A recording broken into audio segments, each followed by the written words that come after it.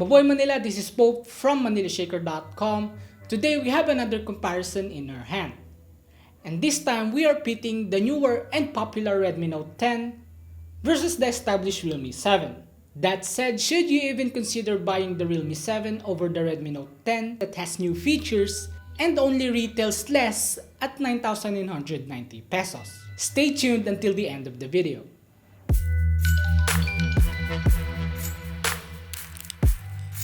Let's start with its design and build. Although both have polycarbonate build, Realme 7 has a smooth and metallic look thanks to its two-tone finish on the back. The Redmi Note 10 with a glossy finish looks more striking, especially on its exclusive lake green paint job. While both are attractive in their own ways, the Redmi Note 10 just looks better and more premium with its newer outfit and unique looking camera module. With phones nowadays getting heavier, we were surprised with the Redmi Note 10's 178 grams weight. It feels light in the hand as opposed to the brick-like size of the heftier and solid Realme 7 that clocks in at 196 grams. Taking a tour around the devices, both are sporting fingerprint scanners embedded onto their power buttons. This is despite the Redmi Note 10 sporting a Super AMOLED display, and more on that later. The volume rocker of the Redmi Note 10 is on the right side as well, while the Realme 7 has it on its left.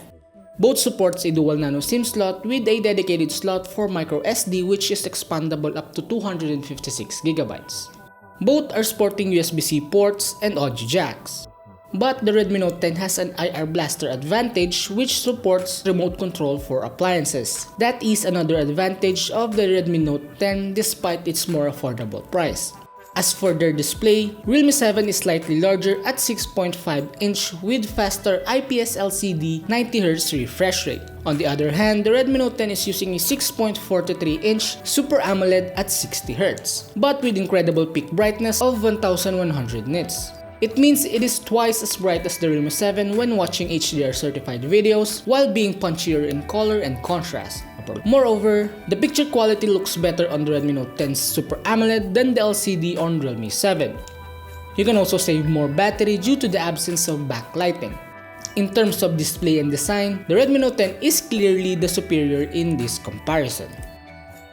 Now on to the cameras. Both have a quad camera setup featuring 8MP ultra-wide and a pair of 2MP sensor for macro and depth. The only difference is that the Redmi Note 10 is using a 48MP main sensor while Realme 7 is using a bigger 64MP sensor.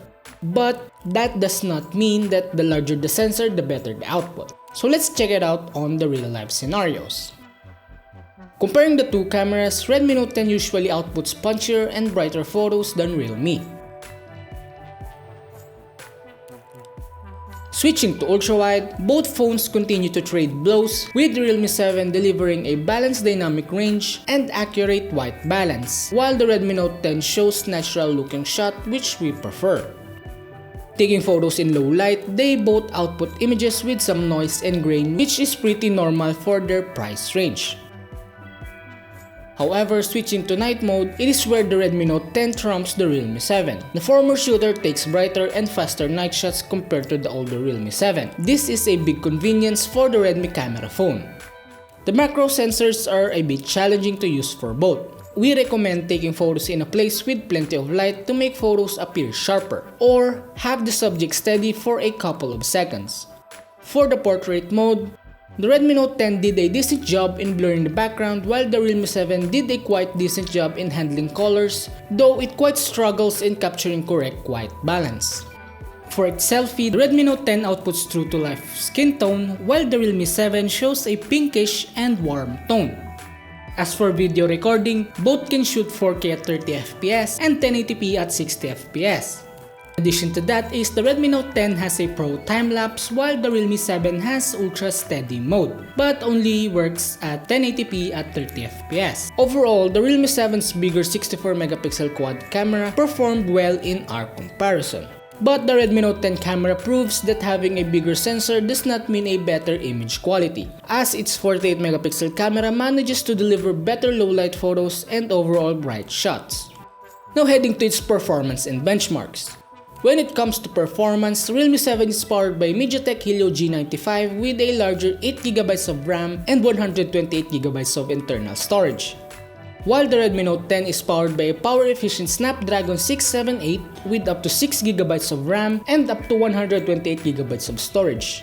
In this comparison, we are using the top model of the Redmi Note 10. Pulling up their benchmark scores, Realme 7 still holds the lead over the Redmi Note 10 in CPU and GPU category. The Redmi Snapdragon 678 supports developer-optimized games and has more efficient chipset given it has faster CPU clock speed. It also does pretty decent job in heat dissipation compared to the Realme 7. In the real world, both are more than enough to handle the day-to-day requirements of a regular user, including medium gaming. We tested the capability of the two to run Genshin Impact and Wild Rift. We maxed out the settings in Wild Rift and played with no frame drops.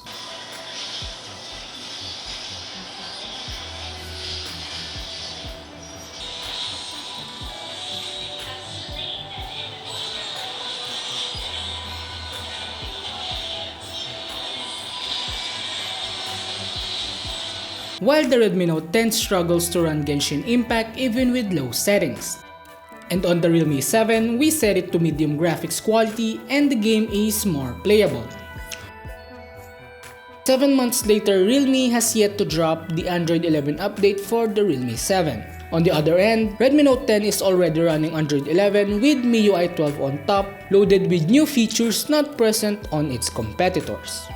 As for the battery, they both have 5000 mAh battery, with Redmi Note 10 having a slightly faster 33 watts fast charging than Realme 7's 30 watts. Both can be fully charged in under 1 hour and 30 minutes, with the Realme 7 for a few minutes faster.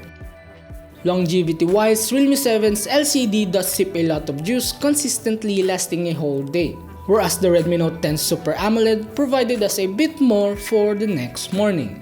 If you are looking for the best value for your money, then the Redmi Note 10 is the top choice here.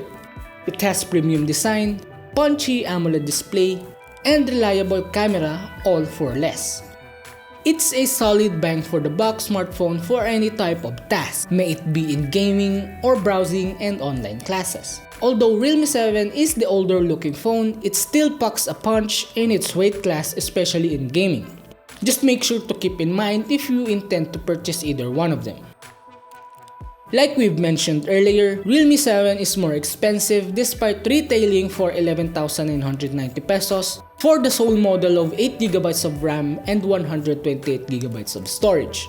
While the Redmi Note 10 with newer features retails for less at 9,990 pesos with 6GB of RAM and 128GB of storage. If you need to save more, the 4GB and 64GB model is only available for 8,490 pesos. So that is our ultimate comparison of the Redmi Note 10 versus the Realme 7. What are your thoughts about this comparison? Let us know in the comment section below. Thank you guys for watching. Be sure to subscribe and ring the bell so you will be updated with our future contents. Also, don't forget to visit manilashaker.com for more tech news, reviews, and comparison of the latest device. Once again, this is Pope, and mabuhay Manila!